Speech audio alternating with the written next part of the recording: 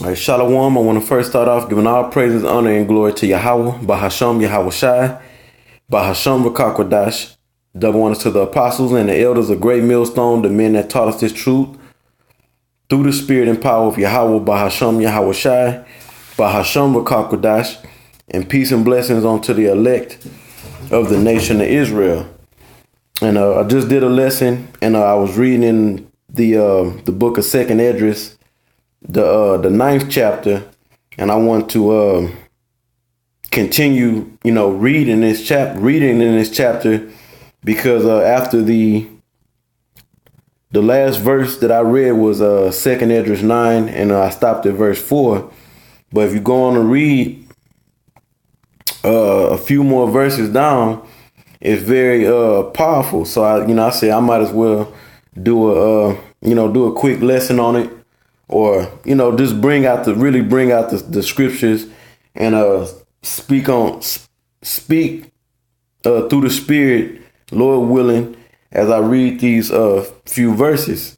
And Lord willing, I may bring out some more precepts if the Spirit feed me with the precepts, So I'm gonna get straight into it. This is Second Esdras, chapter 9. And I'm going to start at verse 5. It says, "For like as all that is made in the world hath a beginning and an end, and the end is manifest." And we know that we're in the end because the end is manifest. Okay?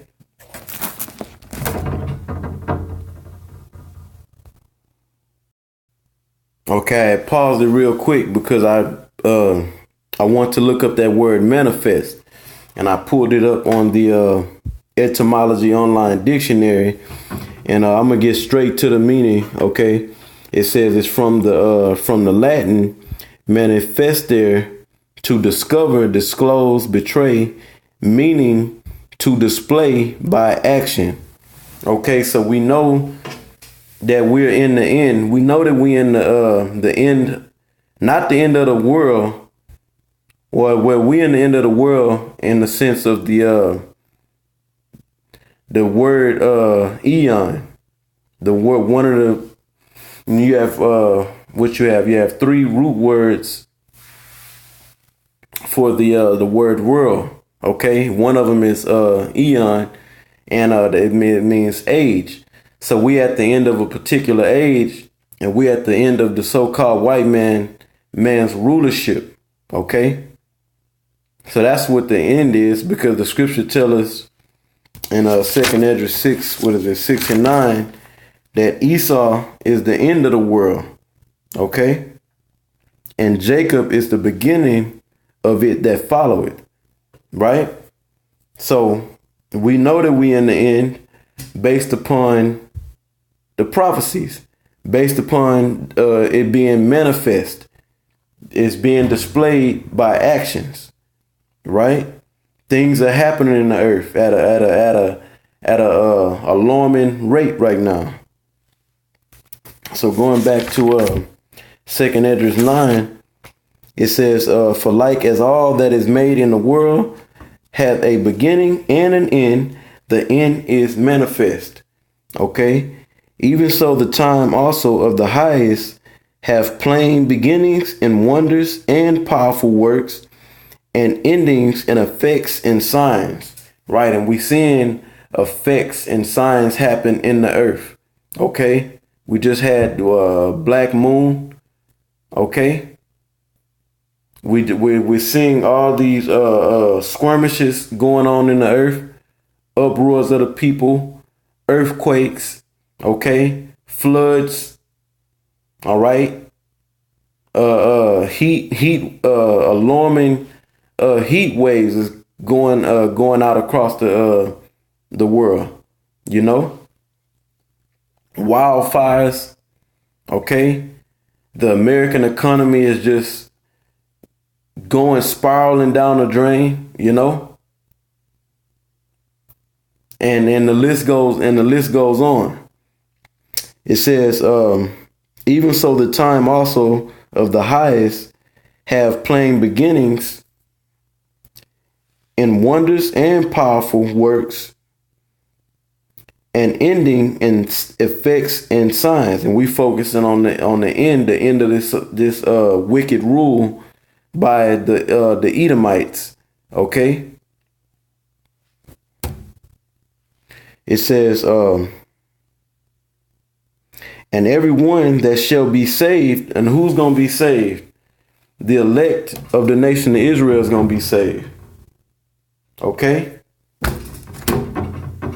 The elect of the nation of Israel, that consists of the 144,000 and the rest of the men, women, and children that are not part of that number that's going to be delivered, that were predestined to be saved, okay? From all this destruction that's going to come on the world. We're going to read about it. All right. It says, let me read that 6th verse again. I'm sorry, 7th verse. It says, and everyone that shall be saved and shall be able to escape, check this out, by his works and by faith, whereby ye have believed. So in order, first and foremost, to be delivered from this destruction that's going to come upon the world in these last days, you have to be you have to be of the elect, and the elect was predestined from the beginning of the world, the foundation of the world. Let me get a scripture on that real quick. All right.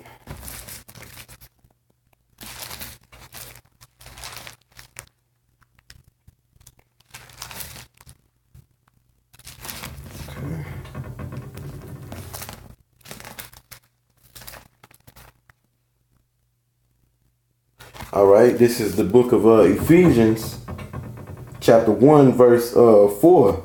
It says, according as he had chosen us in him before the foundation of the world, that we should be holy, without blame before him in love, having predestinated, and this is talking about the elect, okay, the elect of the nation of Israel.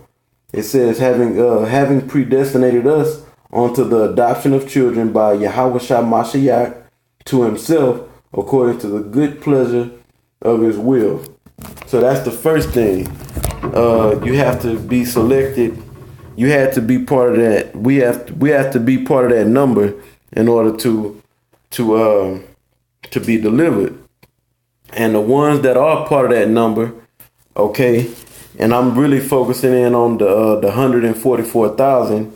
Okay, they're gonna show forth works and faith, because faith and works go hand in hand. You can't have faith without works. Okay, and that's what the Apostle James was stressing. Okay, I'm gonna go to that scripture too.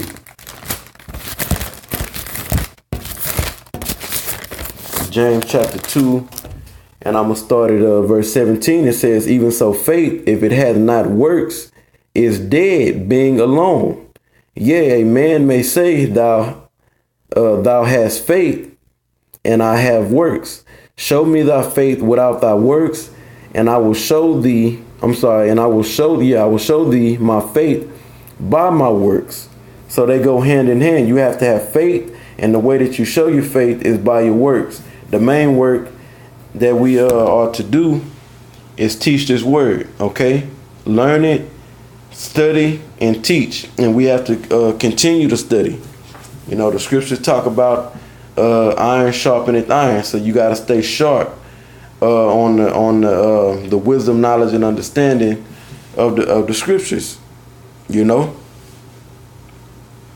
Now back in 2nd Esdras 9, it says, I'll read verse 7 again. And everyone that shall be saved and shall be able to escape what?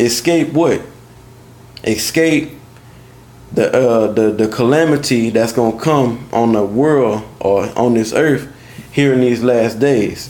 Okay? If you read 2nd Esdras, we're all through the scriptures. You know, I'm just bringing out a couple of chapters that go into it, into all the details of what's going to happen in these last days. You read 2nd Esdras, the 15th chapter. Read 2nd Esdras, the 16th chapter. Okay? Scriptures that come out all the time, especially over here at Great Millstone. It says, and by faith whereby ye have believed. It says, shall be preserved from the said perils. And perils basically mean, matter of fact, I'm gonna look that word up real quick, because I got the online etymology dictionary up, so let me look it up. Just give me a second.